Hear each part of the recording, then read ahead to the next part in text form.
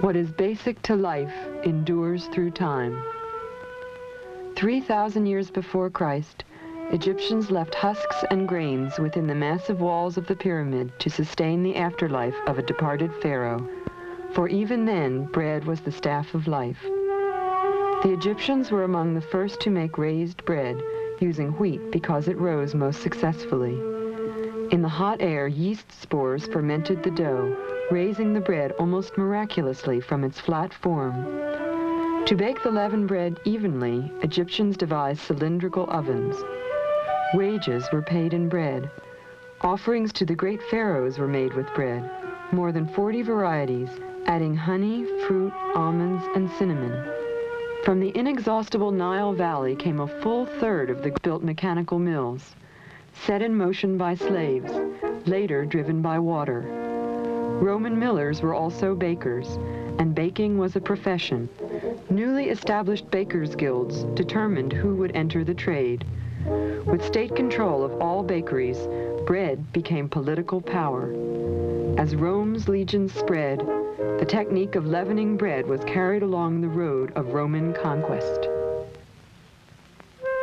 Everything to do with bread in the Middle Ages was made mystical and magical by the embodiment of Christ in bread. For Jesus had said, "Take, eat, this is my body." Monks carefully prepared the sacred bread, removing the bran to give the loaf a white, finer texture. Priests often sold extra hallowed loaves to rich noblemen.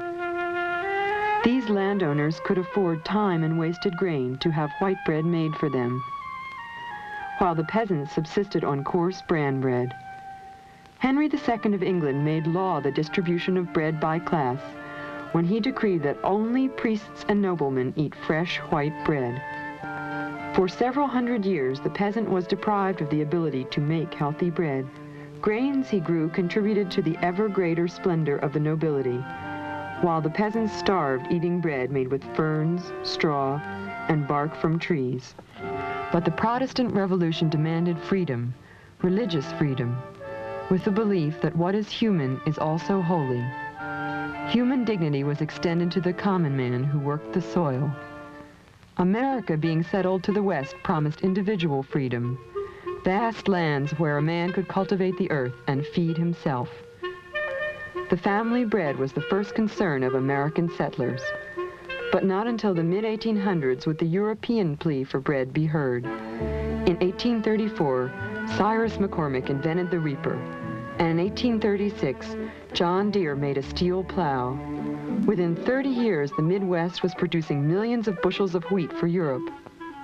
A torrent of wheat was pouring out of America, grain for bread.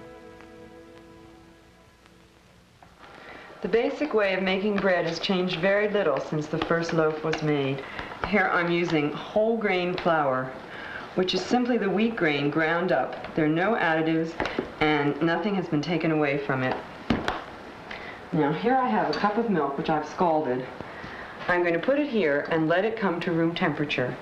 It's very important that all the ingredients be at room temperature because when you work with yeast, you're working with a living organism and you don't want to give it a shock. The yeast is the most important ingredient. Its action is going to make the bread rise. And don't be afraid of working with it. You just have to remember that it's a living organism and it has to be kept at a comfortable temperature. So the water I'm going to put it into is about the temperature of a comfortably hot bath. Not too hot or it would kill the yeast.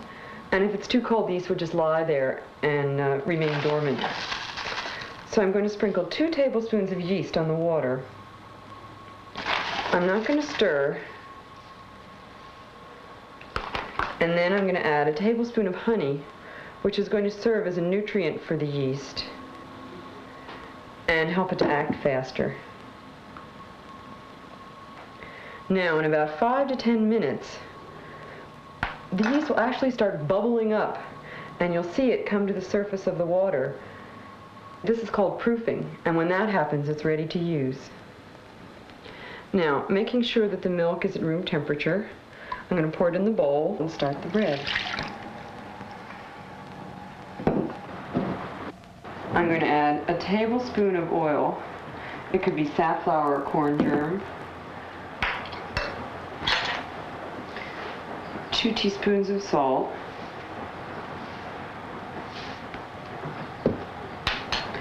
and 3 tablespoons of honey.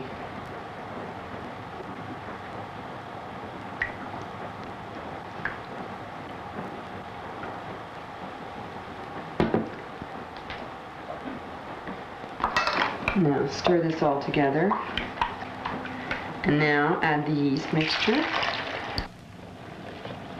which you can see was all nice and foamy at the top. All right, now I'm going to start adding the flour. 1 cup at a time.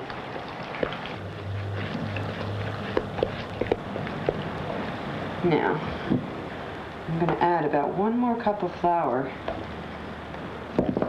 And at this point, it's very important to beat the mixture and keep beating it in the same direction, because now we're going to be developing the gluten. Gluten is a stringy substance that can be developed in the wheat flour either by stirring and also by kneading. The reason bread rises is because the yeast forms little bubbles of carbon dioxide, and then these long strings of gluten stretch, and so the bread is like a series of balloons. Now, in order to develop the gluten, I've added about half the flour, and I'm going to stir, I'd say about 300 strokes, or you could do it in an electric mixer for about 5 minutes.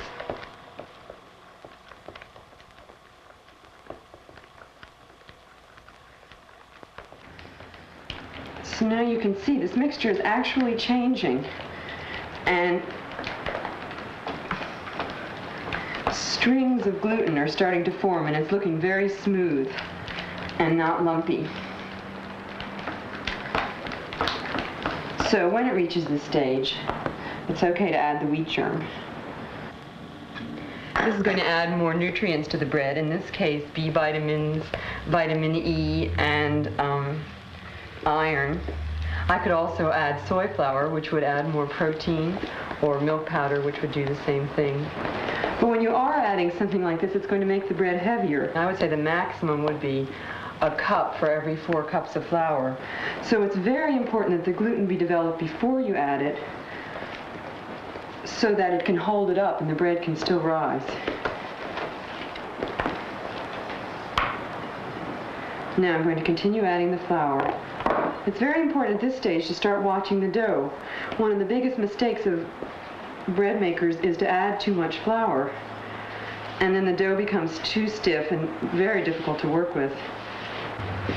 Now, when it becomes very difficult to add more flour and the dough is kind of in a sticky mass and pulled away from the sides of the bowl, it's ready to be turned out on the board to be kneaded.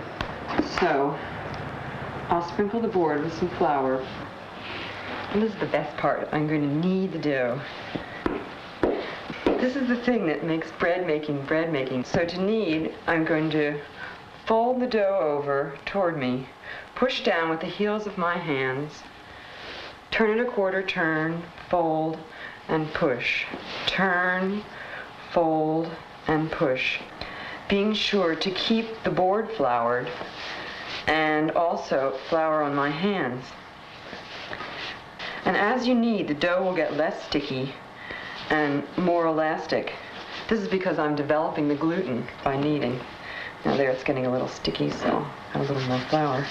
But be careful not to add too much flour. As you knead, the dough will definitely become less sticky, so you won't need the flour to keep it from sticking. If you add too much flour, the bread will get very heavy and it will become very hard to knead.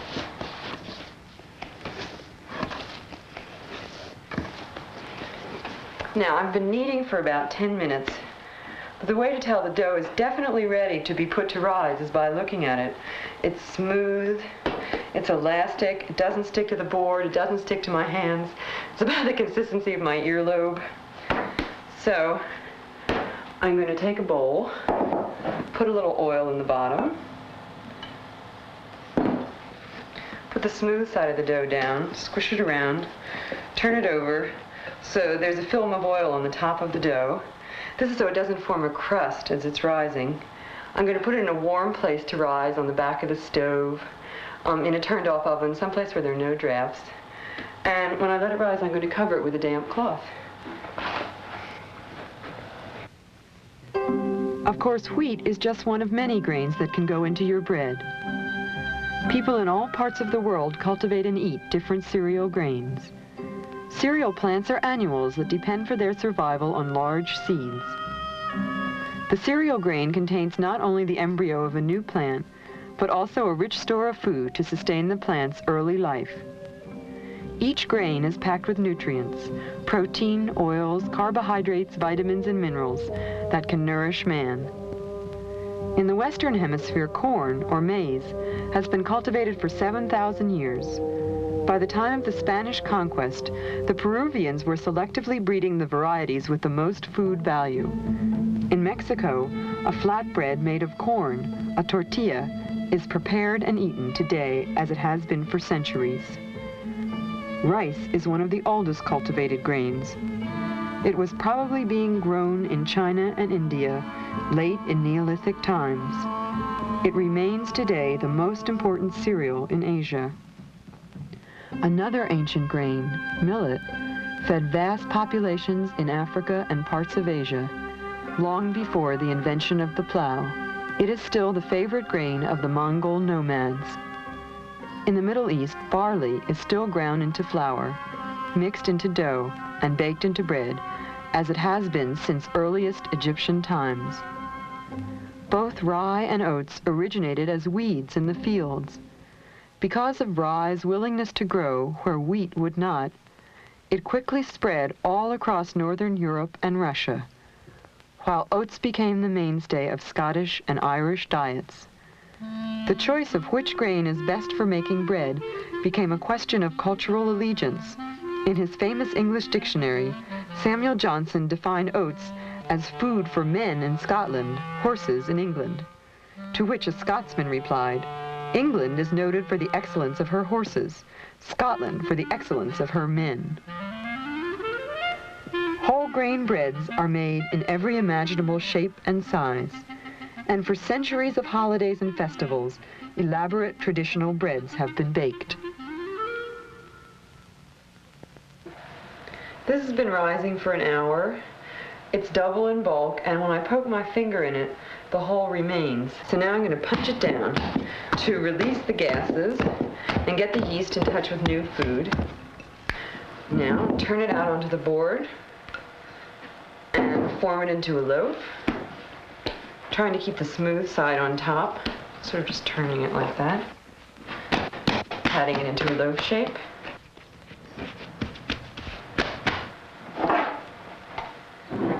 Put a little oil in the pan. It's important to oil the pan very well because whole grains tend to be more sticky. I'm going to put it into the loaf pan, seam side down. Just kind of put it in there, round out the top, and make sure the sides of the bread are touching the sides of the pan because it's going to need the support when it rises. I'm going to put it in a warm place to rise again, cover it with a damp towel. Delicate yeast cultures used at home to leaven bread could not survive the journey west with American pioneers. Instead, they relied on the 4,000-year-old method of making sourdough bread with a little leftover fermented dough. With their pot of sourdough starter aboard ship, strapped to the back, or stashed in a covered wagon, Columbus, gold-seeking 49ers, and the settlers that followed were ready to make bread anywhere they stopped. Replenished every time bread was made, the treasured sourdough starter lasted until homesteads were established. Until this day, some old-timers claim. Bread is so important that the lack of this most basic food has warned of starvation in times of war, crop failure, and famine. Bread lines formed in every country involved in the First World War.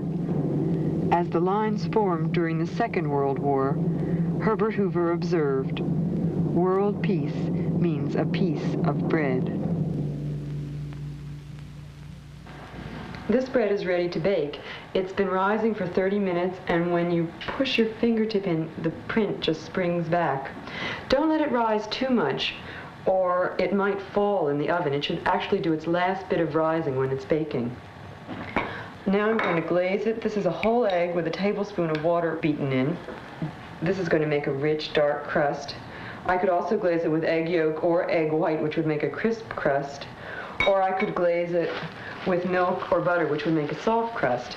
I'm going to sprinkle it with sesame seeds and put it in a 350-degree oven in the center rack for about 50 minutes. At the turn of the century, home baking began to fade out as mass production of bread took over. Grindstones were replaced by steel roller mills, which removed the bran and ground the remaining grain much faster. These high-speed rollers heated the oil substance in the kernel. This was apt to make the germ rancid, and in turn clogged the grinding surface. So millers began to screen out the germ, thus removing the vitamins, minerals, and essential oils in the grain, leaving a starchy white flour. The miller's trade propagandized pure, refined white flour, which could keep indefinitely on store shelves due to the removal of the grain's living source. Today's mass production turns train car loads of bulk ingredients into inexpensive loaves for supermarket shelves. To produce the soft, squeezable white bread that families demand, the modern baker conditions dough with chemical emulsifiers, improvers, and extenders. Chemical softeners will keep the bread spongy long after it is stale, and mold inhibitors will keep it looking oven fresh. With the addition of these standard chemical ingredients, a modern bakery can rapidly produce millions of loaves that will look the same, taste the same, and stay the same. When nutrition research began to identify vitamins and minerals, it became evident that white bread was deficient in nutrients. So during the Second World War, bakers began to enrich their bread. Iron and vitamins B1, 2, and 3 now enrich most commercial bread. But most of the other nutrients that were originally in the whole grain, vitamins A, B6, D, and E, and minerals like calcium, zinc, potassium, and magnesium, are still depleted and never replaced. Here's the bread out of the oven. It's baked for about 50 minutes. It should, if you wrap it, just fall out of the pan. You might have to loosen the edges with a knife. To test it for doneness, thump it on the bottom and it should sound hollow. I'm going to put it on a rack to cool so it doesn't get all soggy.